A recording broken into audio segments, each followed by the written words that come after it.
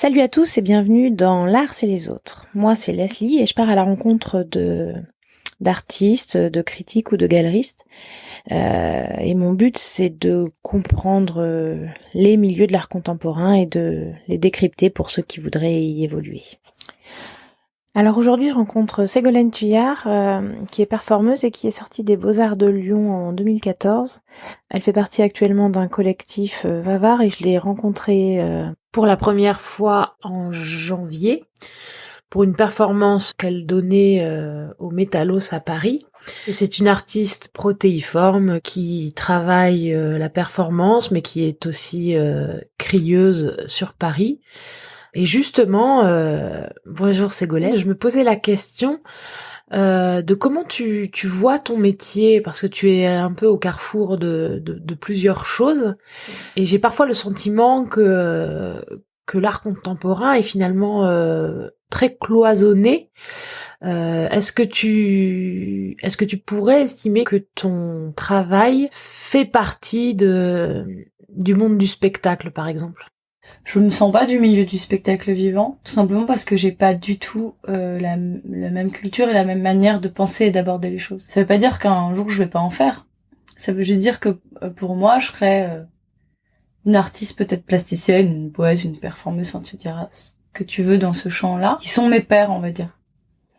Parce que je viens du milieu des beaux-arts, que moi, tu vois, c'est marrant, tes questions de la dernière fois m'ont fait réfléchir que j'ai cité quasiment que des poètes. Ouais. Juste Guy de Cointet qui, du coup, à la base, lui, fait en plus du graphisme. Et après, fait des performances, mais qu'on peut aussi appeler des pièces de théâtre, d'ailleurs. Mais voilà, mais que c'est pas mon milieu, en fait, le théâtre. C'est juste ça. Je pense que c'est juste dans cette réflexion-là que j'ai eue avec moi-même. Ouais. Donc non, je suis pas comédienne, je tends pas directement à ça. Voilà, pour l'instant. C'est pas le pas, la frontière, elle est très mince. Bah, il y a peut-être cette idée de répétition après tout. Tu vois, Je sais pas, en même temps, je répète, mais je me laisse des libertés. tu répètes, mais est-ce que tu fais plusieurs fois la même performance? Ouais. Avant, j'en faisais très peu, mais oui, je la refais maintenant, mais c'est jamais exactement la même, parce que parfois je change des choses pour sûr. actualiser, en fait. C'est pas totalement figé, en effet. Et je pense que la différence, elle est la manière, oui, dont on met en place les choses, plus que la chose elle-même.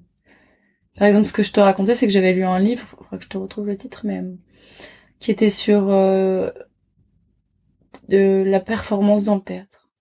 Et du coup, je l'ai acheté en disant, ah bah super, c'est un questionnement, pourquoi, enfin, qu'est-ce que ça veut dire performance? Ça vient plutôt du happening et en effet quand même du milieu de la danse et du milieu des arts plastiques, en fait. Et dans les conventions du théâtre, moi je m'y retrouve pas, et c'est drôle, ce texte en fait me montrait que c'était quand même très très cadré. Voilà, c'est ça, c'est la scène, tu vois, c'est être sur scène, c'est plein de petites choses comme ça où je me retrouve pas. C'est pas grave s'il y a une scène et je suis dessus à un moment donné, mais c'est que pour moi c'est pas ça qui fait la pièce, tu vois. Pas besoin d'avoir une estrade, une scène, la manière dont je porte ma voix, donc je me sens beaucoup plus proche de la poésie sonore. Ouais, d'accord. Bah, c'est drôle parce que hier, pendant ta performance, il y avait deux filles derrière moi qui parlaient, et puis il y en a une qui dit, bon, bah alors toi, t'es cinéaste? Elle dit, ah non, non, moi je suis pas cinéaste, je suis vidéaste. Puis sa copine, elle dit, bah, c'est quoi la différence? Puis, mais du coup, c'est un petit peu la même, finalement, de ce que j'ai compris dans ce qu'elle racontait, que toi, entre performeuse et comédienne, en fait. Oui. Il y avait ce rapport de... Bon. Ouais. De famille, et je pense que cinéaste, c'est pour faire du cinéma. Ouais. Et vidéaste, tu fais de la vidéo, qui n'est pas forcément pour le cinéma. Donc le cinéma, t'as des conventions aussi de format. Du moyen, du court-métrage, du long-métrage. Et c'est un temps donné. C'est-à-dire qu'un film qui fait plus de 3 heures, ça se voit très peu parce que ça rentre pas dans les cases du cinéma qui est très très très... voilà. Et sinon, quand tu fais de la vidéo, ça peut être pour le web, ça peut être pour le petit écran, ça peut être pour des projections dans des centres d'art, ou je veux dire. Ça, c'est c'est pas la même chose, quoi. Ouais, et puis il y a toujours cette idée d'expérimentation quand même vachement plus. Un peu plus, ouais. Ouais. Donc c'est des familles. C'est juste en fait comme ton nom de famille en soi, ce genre de quelle famille tu viens. Ouais. Et souvent ça raconte une histoire. Ouais. Enfin moi c'était pas dans un truc de cloisonnement parce que mon prochain projet va peut-être ressembler très fort à du théâtre. Ouais. Parce qu'il y aura des répétitions, il y aura de la mise en scène, enfin voilà, si ça voit le jour. Mais je ne serai pas pour autant metteur en scène. La résidence que j'ai fait à Ramdam, qui est un centre d'art chorégraphique, mais qui est ouvert sur toute discipline, plutôt art vivant quand même, enfin art vivant et performance, on va dire, pour que je sois correcte avec ce que je viens de dire. Et Arsenic, ouais. C'est que j'ai écrit ma demande en disant je travaille avec une danseuse et je fais de la performance, mais la dernière fois je n'ai pas performé. C'est quoi ma place à ce moment-là? Est-ce que je suis metteur en scène, mais je connais rien dans la mise en scène en soi? Est-ce que je suis artiste? Est-ce que du coup on pourrait dire que je suis plutôt dans la j'ai construit tout un truc autour. Est-ce que c'est plutôt de la scéno ou est-ce que plutôt comme j'écris les textes, enfin voilà, t'as tout un auteur ou enfin voilà, quelle est ma place là-dedans? Et c'était ça qui était intéressant à voir. Et en fait, sur le coup, je savais pas si j'y répondais. Mais en fait, là, je me rends compte que en fait, on reste en fait la même personne avec le même statut qu'on se donne, une sorte de périmètre un peu, on va dire, de famille. C'est ça, ouais. Et après, les choses viennent se coller les unes aux autres. C'est bien plus mental que les cases administratives dans lesquelles tu vois. Un peu. C'est cloisonné pour les subventions. Ouais, il y a quand même le rapport à l'argent quand même. Parce que du coup, comme les subventions dépendent de différents, dans la culture, il y a différentes petites zones dans lesquelles tu peux demander des subventions. Par exemple, le CNAP qui est du coup sur les arts plastiques diffuse plein de choses et puis voilà, on voit que cette enveloppe c'est plutôt pour ce qui est plastique. Et tu peux avoir une enveloppe pour tout ce qui est art vivant. Et c'est là où c'est plutôt à toi de jouer avec ça, en fait.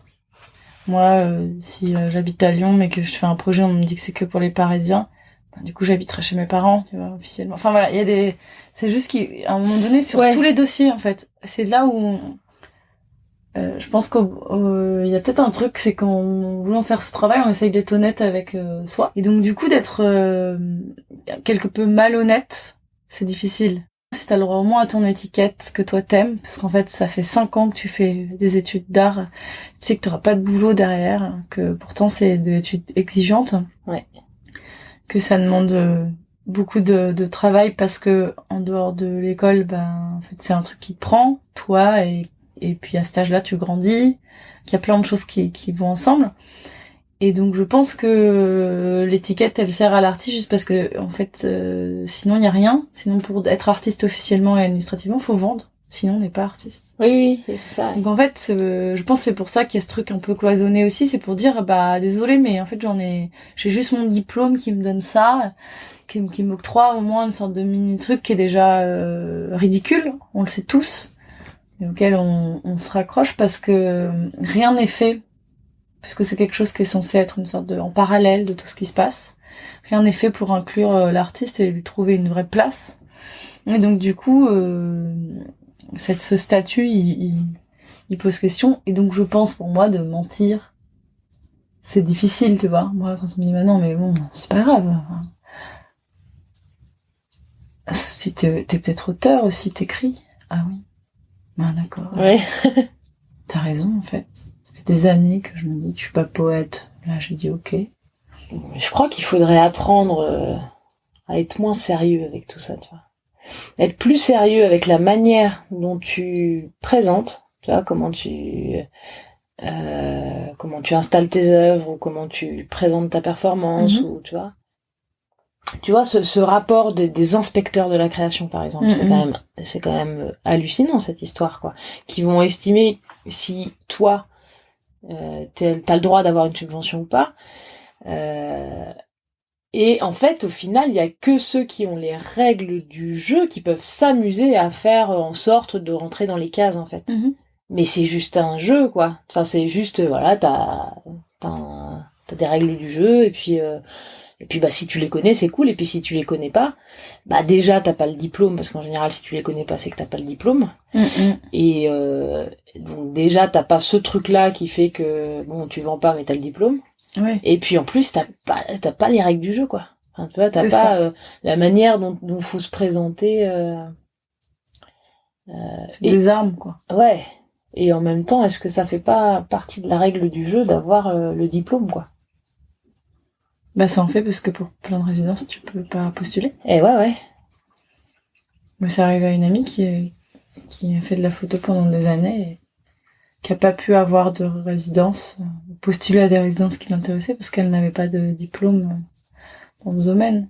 Et à la fois, il y en a plein qui réussissent sans diplôme. Donc, c'est un peu comme tout. C'est-à-dire que je pense que faut voir où le vent te mène. Ouais.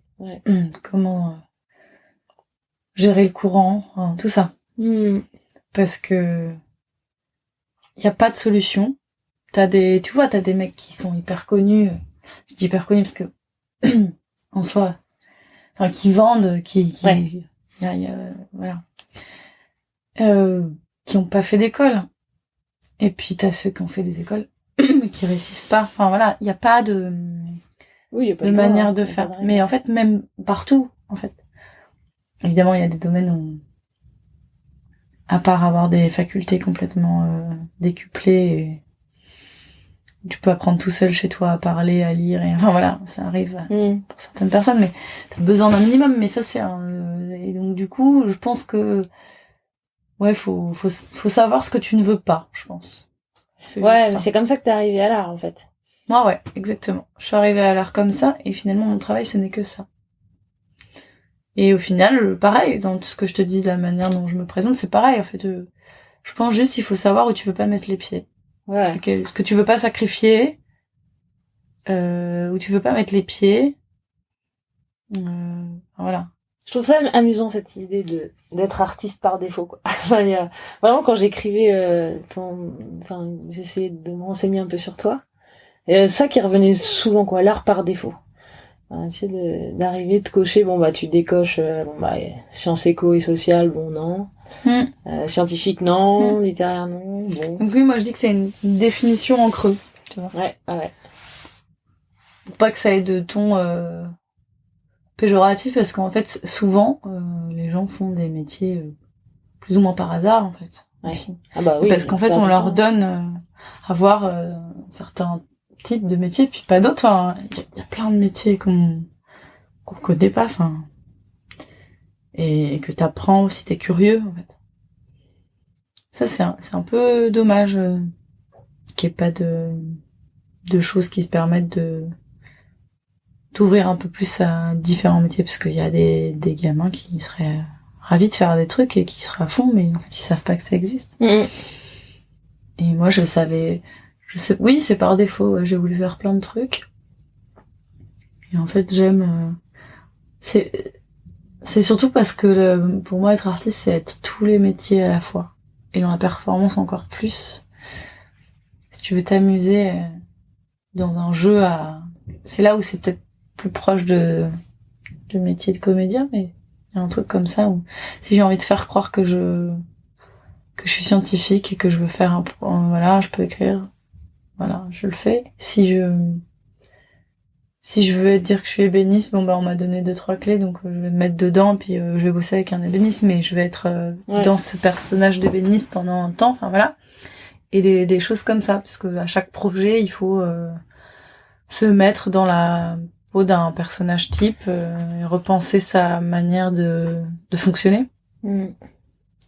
Et oui, j'avais pas vu ça comme ça. Ouais, c'est un petit peu l'artiste, ça pourrait être enfin, il peut se mettre dans la peau de n'importe qui au premier niveau. Enfin, oui, bien sûr. En fait, pour moi, il évolue tout le temps sur le premier step, quoi. Enfin, exactement. Ouais, c'est ça.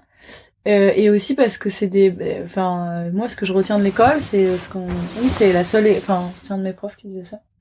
Les Beaux-Arts, c'est la seule école qui crée des humanistes.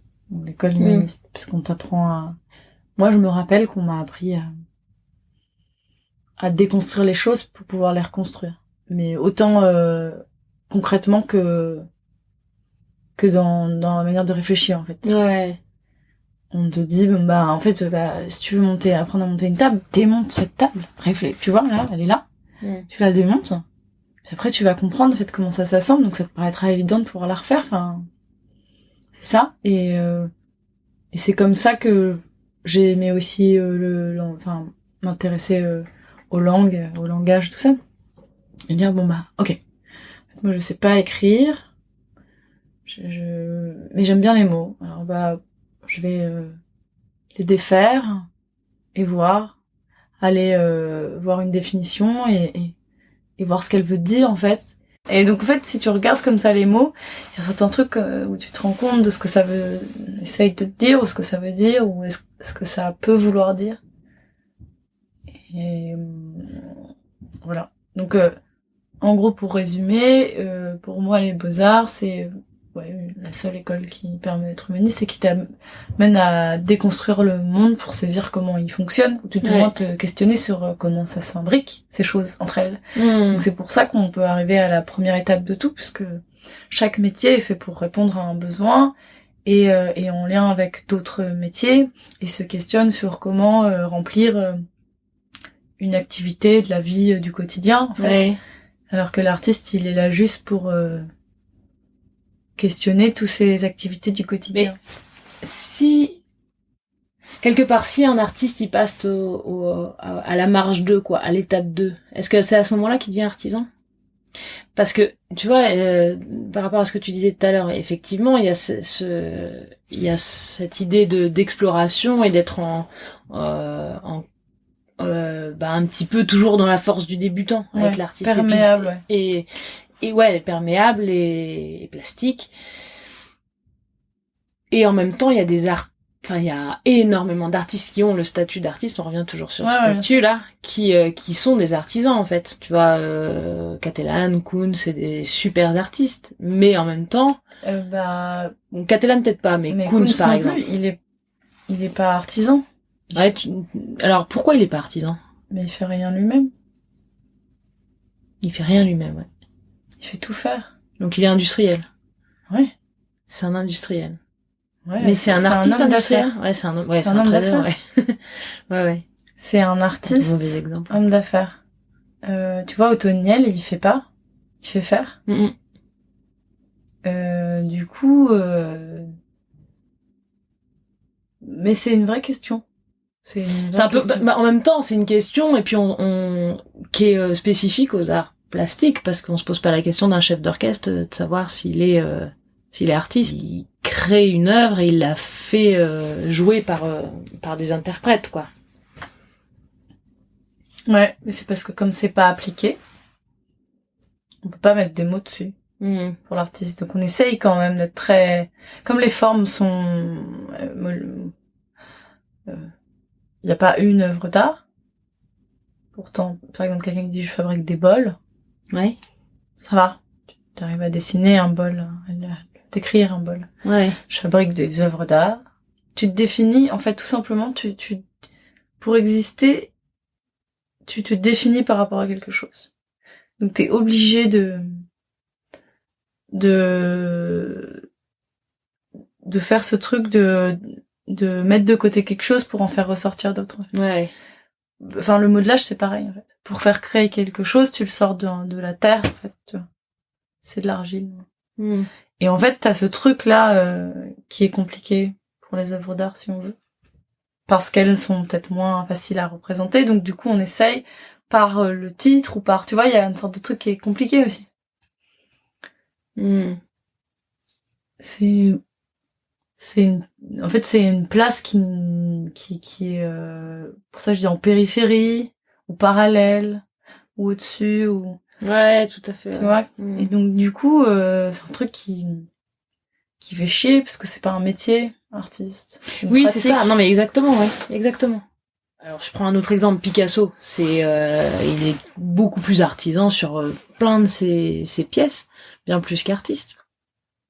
Bah non, parce que lui il a amené une manière de déconstruire le regard. Ouais, mais il l'a fait, il a une production incroyable, quoi.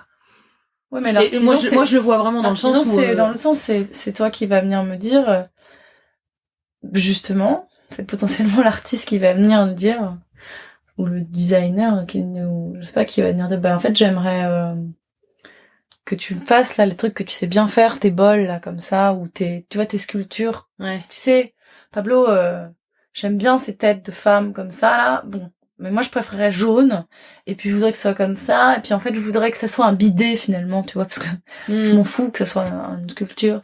Et du coup tu fais un objet pour quelqu'un, tu vois. Tu mets ton savoir-faire au service des gens en échange de l'argent.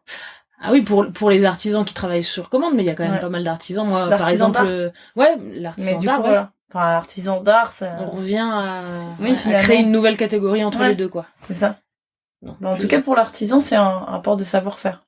Et de commande aussi, je pense. Et de commande. D'accord. Ouais. Est-ce que tu peux me raconter un échec que tu aurais pu avoir, qui t'a permis d'avancer dans ta carrière artistique? C'est pas vraiment le seul truc que je me suis dit, moi. C'est pas vraiment un échec. Mais vas-y, c'est pas... C'est que j'ai grandi à Paris. Pour moi, je voulais faire les beaux-arts de Paris. Ah ouais. En grandissant à Paris, c'est ce truc-là, puis ça avait l'air le plus prestigieux. Puis finalement, j'ai pas présenté le concours. Ah ouais. De Paris. Le seul concours où je me suis inscrite en région parisienne, c'est Cergy, qui était le même jour que Lyon. C'était le matin à Cergy. Et l'après-midi, je prenais mon train pour Lyon pour avoir mes examens le mardi à Lyon. Et en fait, ça m'a stressée d'avoir 2 trucs dans la même journée. Du coup, je suis pas allée à Cergy. Et en fait, je me suis rendu compte que j'avais fait le choix de partir de Paris. Sans le vouloir. Enfin, comme ça, de manière inconsciente. Et du coup, et donc ça m'a fait beaucoup avancer, parce que, au final, j'aurais dû rester à Paris. Et je serais certainement devenue une personne beaucoup moins ouverte. Ah oui? Ouais. Mais bien sûr, tout te fait croire à Paris qu'il y a tout à Paris, et que voilà, c'est une grande ville. Tu veux aller au théâtre, il y a des théâtres. Tu veux aller voir des expos, il y a des expos. En gros, voilà, tu veux une école d'art, elle est là. Dans l'école d'art, t'as besoin de quoi? De super endroits. C'est assez beau, les Beaux-Arts de Paris. C'est spacieux, il y a des bons profs. Il y a donc des centres d'art, des super endroits pour aller acheter les meilleurs pastels du monde et les trucs. Enfin, tu vois. Et en même temps, c'est le meilleur truc que j'ai jamais fait de ma vie, de décider de partir. Ouais. Parce que c'est la curiosité, c'est justement la rencontre de différentes personnes, et puis pas sans tout penser centralisé, quoi. Ouais, d'accord. Ouais, c'est... Donc c'est pas un échec. Vraiment, moi, je connais pas ça, parce que j'ai grandi en campagne, donc pour moi tout est dans Lyon, quoi. Donc pour moi tout est... Oui, tout est intéressant. Tout est plus intéressant. Grandir à Paris, alors, avec ce truc de te dire que tout le monde te dit que Paris, c'est un peu le centre, le nerf de la guerre. Hein. Les gens montent à Paris pour travailler. Enfin, il y a un truc comme ça que tu saisis pas trop. C'est vrai, hein, pourquoi tu partirais, tu vois. Ouais. Et en fait, j'étais très contente d'aller à Lyon, découvrir un autre rythme de vie, de découvrir une autre manière de... Ah ouais, tu l'as vraiment senti comme ça? Enfin, t'as senti un autre rythme de vie? Ah ouais, mais énorme. Ouais. Énorme. Ouais, à Lyon, tu peux quasiment tout faire. Enfin, tu fais une bonne partie. Moi, j'habitais dans un quartier village, la Croix-Rousse, du coup, oui, forcément, oui. Je faisais quasiment tout à pied, même aller à l'école. Et en même temps, c'était une grande ville. Il y avait un marché de producteurs et abordable. Ouais. Le dimanche soir, du coup c'est le dimanche soir, hein, c'est très calme. Et donc il y a un rythme beaucoup plus fort. et ça fait du bien en fait. La nature est un peu plus proche aussi. Et ouais. Et puis c'est le même principe que de sortir chez soi en vrai. Sauf qu'en plus quand chez toi c'est la plus grande ville de ton pays. Et justement par rapport aux Beaux-Arts de Lyon, est-ce que tu les as choisis parce que à cause de la ville, ou est-ce que t'as regardé quand t'as choisi tes Beaux-Arts, est-ce que t'as regardé un peu l'obédience des Beaux-Arts, quoi, dans quoi ils sont plutôt spécialisés? Alors, la vraie anecdote, c'est que il y a cette histoire de Beaux-Arts de Paris que j'ai pas fait parce que j'étais pas prête quand il y avait le moment où j'étais dans une prépa à Paris. Et le moment où on me dit faut rendre le dossier, j'avais quand même pas du tout le dossier. Vraiment, j'étais à la ramasse. Et donc on m'a dit, bon, t'avais prévu quoi d'autre? Je dis Nantes, les Arts Déco de Strasbourg, les Arts Déco de Paris, même si je veux pas y aller, mais en fait pour tenter, parce que oui, je savais que je l'ai fait pour plutôt me motiver, parce que mon école était préparait pas mal, la prépa préparait pas mal aux Arts Déco de Paris, plutôt par challenge. Mais je savais que j'irais pas. Donc voilà, et on m'a dit tu devrais aussi penser à Lyon. C'est une super école. Et les dossiers sont à rendre plus tard. Si les dossiers avaient été à rendre plus tard à Paris, peut-être que du coup j'aurais fait les Beaux-Arts de Paris et pas Lyon, mais voilà. Et donc voilà. Donc c'est mes profs de prépa qui m'ont dit de postuler à Lyon. Et du coup, pourquoi après j'ai choisi Lyon? J'ai eu Nantes et Lyon. Ah, t'as eu Nantes quand même? Enfin quand même. C'est une belle ville aussi. Ouais, très très belle ville. Et en fait, ça s'est pas joué à grand chose. J'ai pas aimé des trucs ridicules, hein, mais à Lyon, j'ai été hébergée par un ami avec qui j'ai passé du coup le week-end. Il m'a fait rencontrer ses amis. Voilà, enfin une ambiance et tout. L'école des Beaux-Arts de Lyon venait de changer de lieu, donc c'était très beau, très grand. Des grands ateliers, de la place, voilà, un espace dans lequel tu te dis que tu serais sacrément chanceuse d'y être, et agréable en fait, c'est un lieu agréable. À Nantes, j'étais dans un tout petit hôtel que voilà, j'avais rencontré des gens que je trouvais aigris. Ah oui, d'accord. On m'expliquait que les 1 et 2 en année étaient et 3 étaient genre séparés des 4 et 5 parce que c'était des bâtiments différents. J'avais fait le tour des ateliers des deuxième année, en fait c'était 40 mètres carrés qu'il fallait partager à 30. J'étais là, c'est pas possible. Enfin voilà, et tout un truc comme ça où je suis arrivée, je dis il fait beau, bah non mais alors t'y fies pas, hein, il fait beau que pendant les concours. Bon bah super les Et gars. en fait on m'a pas du tout bien vendu Nantes, tu vois, genre, et donc tout. Et même mon entretien avec la prof qui était aussi donc artiste était difficile. Et donc j'ai pas trop aimé. Ouais, t'as pas accroché quoi. Non. Puis il faut faire des choix. Mais tu vois, c'était pas grand chose. Ouais, je vois bien. Je me suis sentie pas à l'aise dans la ville et voilà. Et donc quand j'ai eu les deux, j'ai dit Lyon évidemment. Donc voilà, tu vois comme quoi. C'est plutôt des sortes de hasards, de petites anecdotes comme ça. Mais ouais. Enfin, en même temps, ça se passe. C'est toujours avec les anecdotes qu'on fait le plus de choix. Ouais, c'est ça. Et sur le rapport d'échec, c'est que ça m'a pas appris grand chose, mais j'ai dû postuler à, je sais même plus, je dirais au moins 200 résidences ou 100 appels à projets. 200, je sais pas. Auquel t'as répondu? En 6 ans, ouais. T'en fais 200, t'en as fait 200 je pense, ça va aller vite, ou 100, ouais, ça va hyper vite. Non, et sur les 200, t'en as eu combien? Peut-être que j'en ai fait 100, allez, on va dire 100. Ouais, 100, allez.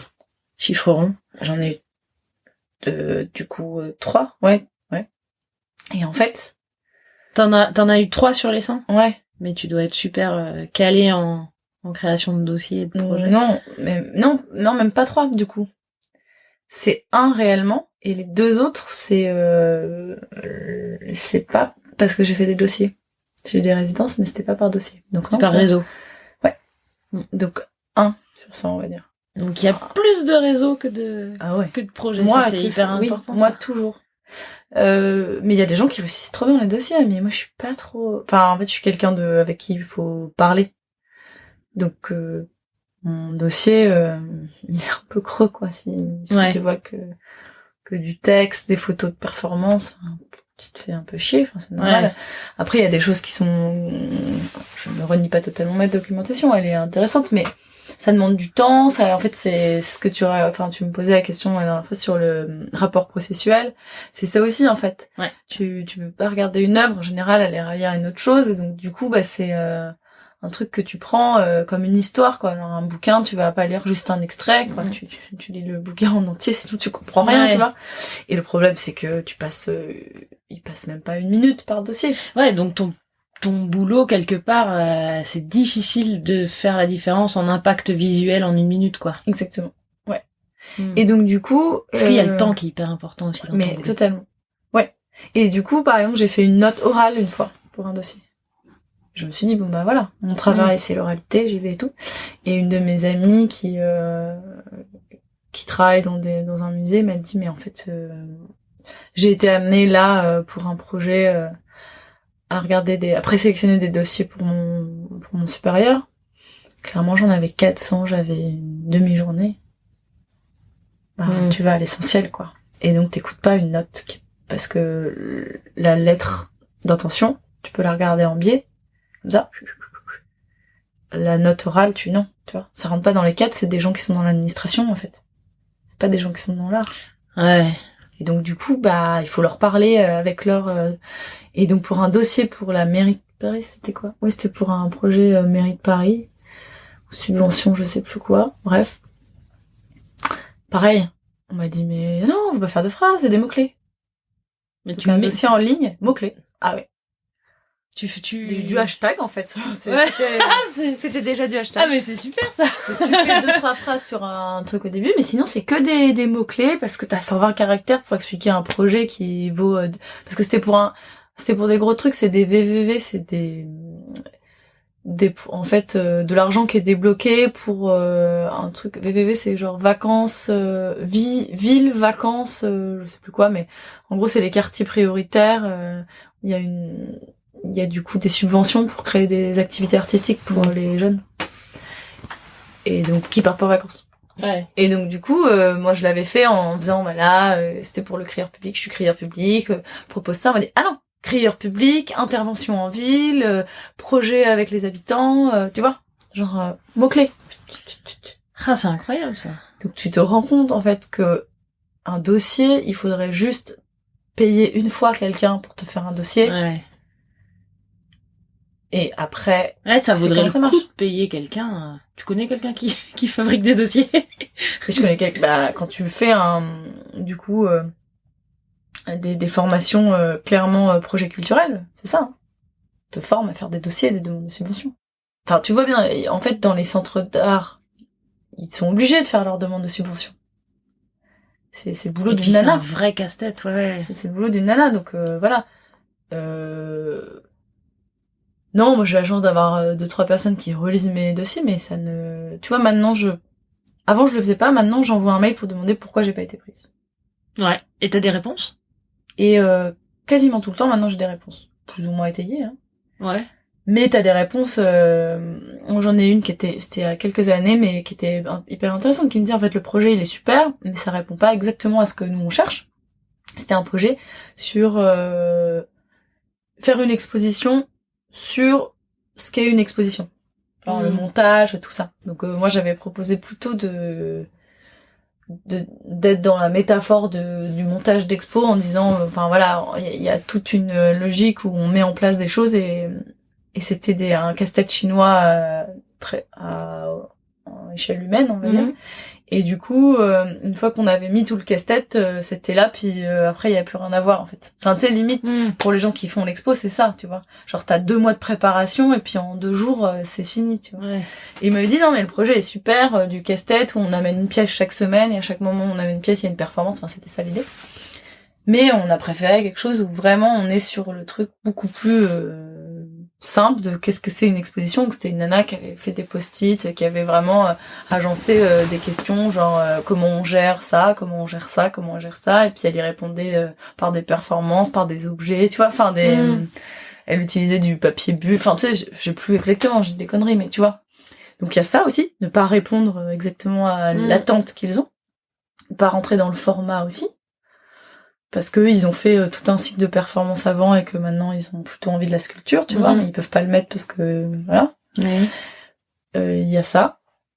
Il y a ceux aussi où clairement le projet était déjà pour quelqu'un, mais l'appel à projet existe. Oui, et obligé d'être mis en place. Ouais. Voilà. Ouais, ça c'est clair que et puis c'est pas si peu fréquent. Ouais.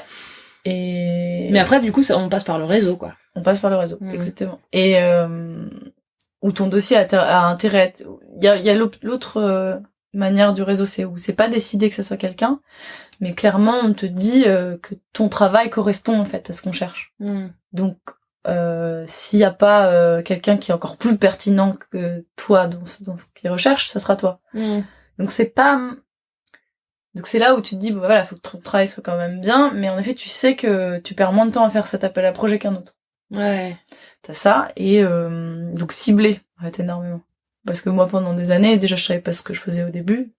Oui. Voilà, donc il y a au moins 40 dossiers que j'ai fait où je sais pas, heureusement que j'ai pas été prise, limite. Ouais. Ouais, ça met du temps à définir. En fait, c'est dur, quoi. Ouais, c'est expliqué, et puis il y a quand même ce côté, moi j'ai ressenti ça quand même, de se spécialiser, quoi. Tu vois? Ouais. Il y a un truc où on a l'impression que qu'on se coupe des opportunités en se spécialisant dans son travail, alors que bon, à 30 ans, à un moment donné, tu peux déjà pas faire tous les projets que t'as déjà mis en place, quoi. Ouais, il y a de ça. Donc, il y a de ça, et cibler l'attente du moment aussi. Enfin, parce que mine de rien, voilà, il y a eu le centenaire de 14-18, il y a énormément de projets qui étaient axés sur la guerre, sur les poilus, enfin tu vois, il y avait tout ça. Parce que les subventions, elles arrivent avec estampillé, quoi. Et ouais.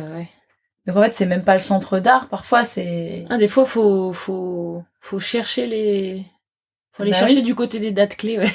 Non mais vraiment, 68, il y en avait que ça. C'était, du coup en 2018, c'était ça. C'était insurrection, la nuit blanche de Bruxelles, c'était ça. C'était projet sur l'insurrection et tout ça. Donc c'est aussi ça en fait, c'est que parfois tu réponds à un truc que t'avais pas vu venir, et parfois non. Donc il y a ce truc aussi qui est complexe. Ouais. De mode, de vagues et de centenaires, de choses où on est plus axé sur des choses que d'autres. Voilà, le poème, la poésie revient peut-être encore un peu maintenant. Il faut attendre le centenaire de la mort d'un poète. Ouais, voilà. Non mais en fait c'est ça aussi, tu vois, c'est que c'est dans tout en fait. Dans le milieu de la mode aussi, tu vois, t'as des c'est ce truc-là. Si pendant 40 ans tu mets un pas de def, il y a une période c'est ringard, une période c'est rien, et une autre période c'est hyper cool, tu vois. Ouais. Moi quand j'avais 11 ans, 10-11 ans, je mettais les petits colliers tatou là. Ah oui. Voilà. Maintenant elles ont 18 ans, des talons puis du rouge à lèvres, quoi. Les filles qui mettent ça. Ou 20 ans. Ouais. Je suis pas beaucoup plus vieille en ça, mais ça me choque en fait. Pour moi, c'est pas un truc de jeune femme, quoi. De jeune femme, ouais. Voilà. Et c'est ça, en fait, tu vois, ce truc de mode, mais il y a ça aussi dans l'art. Ouais, bien sûr, ouais. Ah bah oui. Donc, c'est même, voilà. Très, très... Et donc, tout ça, mis les uns à la suite des autres, ça fait que parfois, tu réponds pas, en fait, tu vois. Pas de grand chose. C'est pas que c'est pas bien ton travail, c'est que ça répond pas à la demande. Ouais. C'est ça aussi. Et ouais, ça me plaît, ça. Parfois c'est 10 ans trop tôt, parfois c'est 10 ans trop tard, et parfois ça tombe à pic, quoi. Et moi, tu sais, ça fait 2 ans que je fais ce travail-là. Et en même temps, parce que ça fait 2 ans que je fais vraiment ce truc-là sur la question du travail, de la paresse et tout. Et en fait, là, c'est plus que... J'ai l'impression que c'est le moment qui pose vraiment question, parce qu'on est dans un rapport de crise existentielle du monde, quoi. Et là, t'es à fond dans les gilets jaunes, là. Voilà. Il y a un peu de ça, tu vois. Il y a ce questionnement-là, et donc ça touche plus les gens, parce qu'en fait, on appuie dessus en ce moment, tu vois. Et c'est... Voilà. Et c'est parfois, tu vois, pour un truc auquel t'es pas du tout tu peux rien. Bon, et tu bosses sur quoi là? Pour finir un petit peu, c'est quoi tes prochains projets? Alors, du coup, là, j'ai fini ma dernière édition, qui sont des sérigraphies de logos que j'ai créés autour des Pôle emploi et des formulaires. Donc, j'ai créé une dizaine de formulaires en 2 ans. Donc, ce sont des formulaires détournés et tout, que j'ai repris au crayon à papier. Et j'ai scanné ces dessins au crayon papier et je les réimprime sur du calque. Du coup, ça crée une édition où à chaque fois, t'as le logo qui est lié à le lieu de la performance, plus les formulaires qui ont été créés pour cette performance. C'est une sorte de manière de conclure ce temps-là. Ouais. Toujours autour de ces bâtiments, je pars à l'appel à témoignage pour questionner les gens de comment on habite un espace là qui est le Pôle emploi et qu'est-ce qu'on projette dessus. C'est-à-dire que moi, de toutes ces années, du coup, pour moi, c'est un bâtiment Pôle emploi. Ouais. Mais pour d'autres, c'est un bâtiment de France classé. Pour certains, c'est leur lieu de travail. Parce qu'ils cherchent c'est leur travail de chercher du travail pour des gens. Puis d'autres, c'est de laver les vitres, faire en sorte d'agencer l'espace pour que ces demandeurs d'emploi puissent arriver dans un espace propre. D'autres, c'est de réparer l'ascenseur. Enfin voilà. Et donc chacun, c'est une fourmilière en fait, et c'est un bâtiment dans lequel plein de corps de métier se rencontrent. Ouais. Enfin, se croisent sans vraiment se rencontrer. Ouais, chacun monte un petit peu l'image du bâtiment grâce à leur fonction, à la fonction qu'ils représentent plus exactement. Ouais. Enfin, en fait, c'est aussi de se dire qu'est-ce qu'on projette sur les choses. Donc, qu'est-ce qu'on projette sur des bâtiments? Qu'est-ce que ça veut dire, en fait? C'est une manière de dire que on ne voit que de son point de vue. Et que là, l'idée étant d'aller rencontrer du coup potentiellement l'architecte du bâtiment si c'est possible, d'aller peut-être discuter avec la directrice du lieu, avec les gens qui passent devant, enfin voilà, parce que pour certains aussi ça peut être un point de rendez-vous, tu sais pas pourquoi, parce que c'est devant une place et où ce bâtiment a une forme particulière et souvent ça crée comme ça, t'arrives à comprendre, c'est un truc un peu sociologique, tu vois, de comprendre comment il y a un maillage et comment les choses se greffent autour d'un espace. Voilà. Et en vue de créer, donc d'écrire un texte autour de ça. Ok. Et de le faire interpréter. Mais je sais pas encore comment, par qui. Ouais. Et c'est ça que tu parlais de peut-être mettre en scène? Ouais, exactement. C'est que je pense que c'est intéressant. Avant, je voulais juste inviter ces gens à venir témoigner sur des espaces qui seraient des tapis qui reprennent les logos, en fait, que j'ai créés. Je trouvais ça très beau et très intéressant, mais concrètement complexe à faire, puisque du coup c'est dans toute la France, donc voilà, ça implique des déplacements, tout ça. Un travail très difficile, puisque ça veut dire travailler vraiment quand même la manière de parler, de s'exprimer avec des gens qui n'ont pas forcément le temps, enfin voilà. Donc je pense que récolter leurs paroles et refaire un travail d'écriture, il y a une très belle poésie qui peut se faire, il y a des mises en regard de certains témoignages qui peuvent être très beaux, que j'aurais pas juste en faisant intervenir quelqu'un, et justement j'aurais peut-être plus de place aussi en réécrivant et en me servant de ça pour créer quelque chose qui nous transporte et nous questionne d'un point de vue à un autre, pour créer comme si à 10 on devait décrire un même bâtiment. Je suis pas sûre qu'on décrirait pareil. Ouais, voilà. Bien sûr, c'est cette question-là. Et comment on habite un territoire et comment on le donne à voir, finalement. Bah super. Ouais. On va terminer là-dessus. Ouais. Salut Ségolène. Merci.